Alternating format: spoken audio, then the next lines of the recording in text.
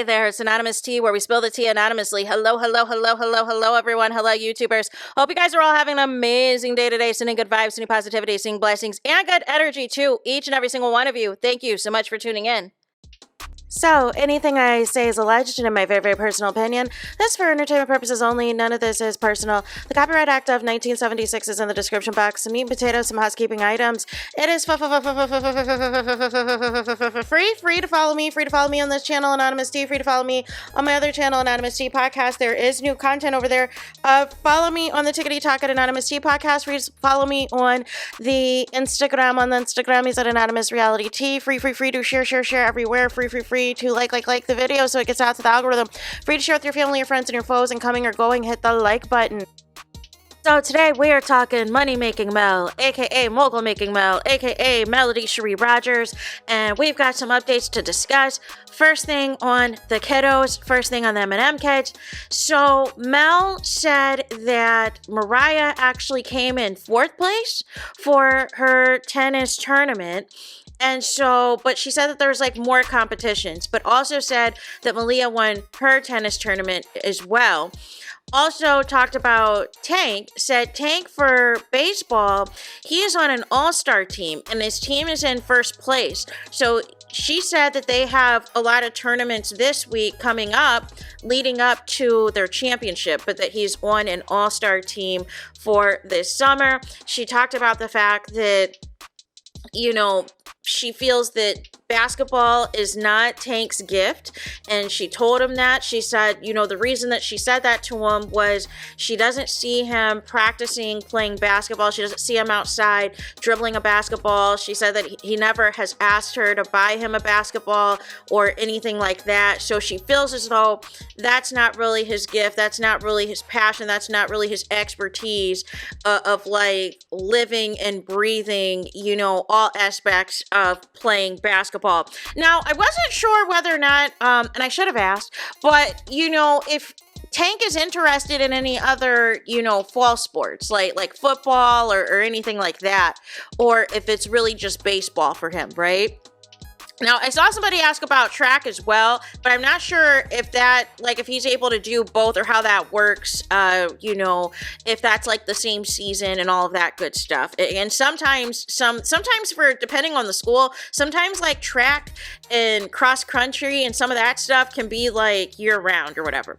But nonetheless, that was on the kids. Oh, and the other piece on the kids as well is Mel told Canavius when Canavius showed up, it sounded like Grandma, Mama Van, has got them on an extended stay and everything else, and said that, hey, I want the kids to spend more time in the pool. I want to do this. I want to do that. And Mel's like, listen, looky here. We were just at this pool in Los Angeles. We were in the pool for 8 days. So, but maybe Grandma had some special plans. You know how it is with grandmas. They always want to have their special time with the kiddos and special memories and special. So maybe there's some other things that Mama Van has in store for the kids. And maybe the pool is just the cover, right? Maybe more time in the pool is just the cover. And maybe there's some other things that she's got planned out and everything else for the kiddos. So then Mel was talking about trips and vacations. Somebody asked her where her favorite place was to travel. And so Mel says she likes traveling now to Cancun because she likes how short the flight is. And then somebody asked as well, like, what was a travel place that, you know, wasn't your favorite experience? And so she said actually Jamaica. She said she did not have a good experience in Jamaica as much as a lot of people hype up Jamaica. However, she said her brother and his husband, they did enjoy Jamaica, right? And so nonetheless, it varies. You know, some of my family, they went on a Jamaican cruise, and I think it's kind of like hit or miss. Like, I think with some of the ports, it was like hit or miss, and I don't know. I don't know if they would go back, though. So I don't know, but I don't know. Maybe they had the wrong itinerary, the wrong places to go. I don't know. Or maybe something went wrong. I couldn't tell you. Mel also said that she's planning another trip, and she's doing a trip to Puerto Rico, and she's taking the kiddos, y'all. She said she does not like cruises. Now, I gotta say something about this, you guys. I gotta say something about this as somebody who has been on multiple cruises. I think I went on my first cruise in high school, and I went on another cruise in college. And I think I went on 2. I've been on like 3 or 4, and I'm actually going on another one. So here's the thing. There's a few things to consider with cruises. You have to have a good cruise line. I recommend, if it's your very first cruise, to start off on like a very small one, like a 2 or a 3-day one, like a weekend cruise. Go to Cancun or somewhere or whatever else. And then graduate up to the 7 or 8 day cruises, right? Because I did like a 7 or 8 day cruise where we went to like Aruba, we went to Puerto Rico, we went to St. Martin, we went to Grenada. It was a blast. That was probably my favorite cruise up until this point, with the exception of another one, and that was with Princess Cruise Line. So I've been on Royal Caribbean, I've been on Carnival, and I've been on Princess Cruise Lines. I've heard good things about MSC. My relatives have been on MSC Cruise Lines. It's a newer cruise line. They said that's laid out. And the upcoming, and I'm actually doing another cruise, and I think it's Royal Caribbean. So you have to consider the cruise. You got to do your research. I think the key is with cruises is you have to plan everything out. You have to plan out, what you're going to do on the ports, if you're going to do excursions and all this and all of that. But I think the biggest misconception of cruises is like you're going to get sick, you're going to get bored. There's so much to do on the ship. There's a lot of activities. There's Broadway shows. Some have movie theaters. Some have amusement parks on the ship. There's gambling on the ship if you want to get into some gambling. They all have spas. They all have exercise facilities. Those of you that have kids, they have a whole section for kids. So if you don't want to be bothered with your kids on the cruise until it's time to eat, like there is stuff for them to do all day, and you don't see the kids again. Because I remember when I was younger and I was there was like all types of kids activities and everything else where like for us, even though I was in high school at the time, but nonetheless, there was stuff to still do.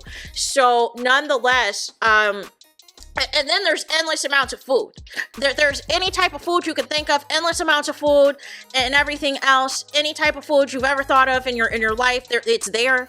And for the most part, everything's good. Everything's good to eat and everything else.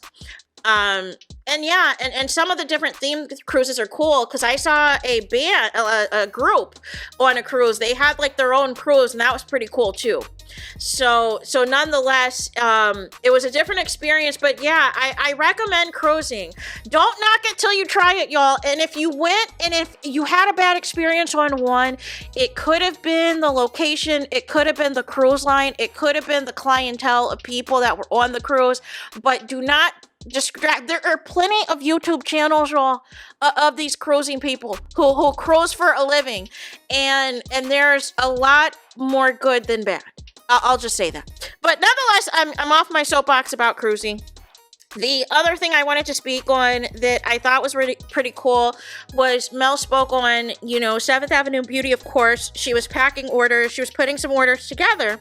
But she said there was going to be a piece in her e-commerce class about heat sealing layer protection. And that was free game. That was free game for those of y'all that saw it.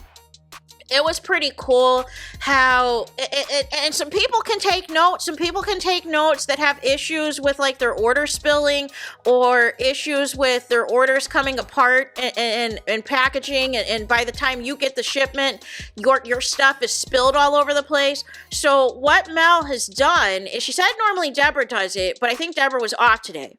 So she said that she has a heat seal process. Now I'm not going to speak on the process because she said that's going to be something more she's going to go into depth on her e-commerce class, but I thought the process was good because it really has another extra layer of protection so that when y'all receive y'all body oils, nothing is spilling. There's no issues. There's no complaints of spilling. Somebody else, another company, they had several issues with spilling. They've changed their packaging multiple times, and still every once in a while, their oils and stuff will spill, or their products and stuff will spill because they don't have that type of protective seal. So nonetheless, I am glad that MEL spoke to that, because that is a huge problem with a lot of these companies where your stuff comes spilling. I like that she has that extra layer of protection. I did not hear anything in this live, you guys, about the chocolate covered kisses travel size. Didn't hear about it. Heard she's still packing stuff, but didn't hear anything about any more chocolate covered kisses being in travel size. So I don't think I'll be able to have that for my vacation. But nonetheless, then Canavius came in. He went to First Watch and he had some bacon. So I've been to a First Watch before when I was out of town for my birthday. This was like a few years ago. And my some of my relatives, they were like, oh, we got to go to First Watch. They're really good. And I was like, what's that? And so I went, y'all. The food's the bomb. Do not get discouraged by whatever is online or whatever pictures online. You got to see it for yourself in person. It is probably one of the few restaurants, I would say, if you're trying to go off pictures online or you're trying to go off of feedback online, you really got to go for yourself, because the thing of it is, a lot of these First Watch locations are very, very different than what is being portrayed online.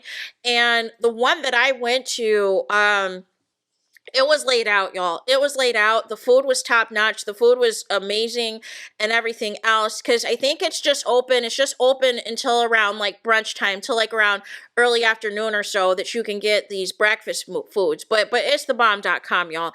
And so Canavius brought Mel a whole thing of bacon, y'all. And she said that they were going to be eating some watermelons later.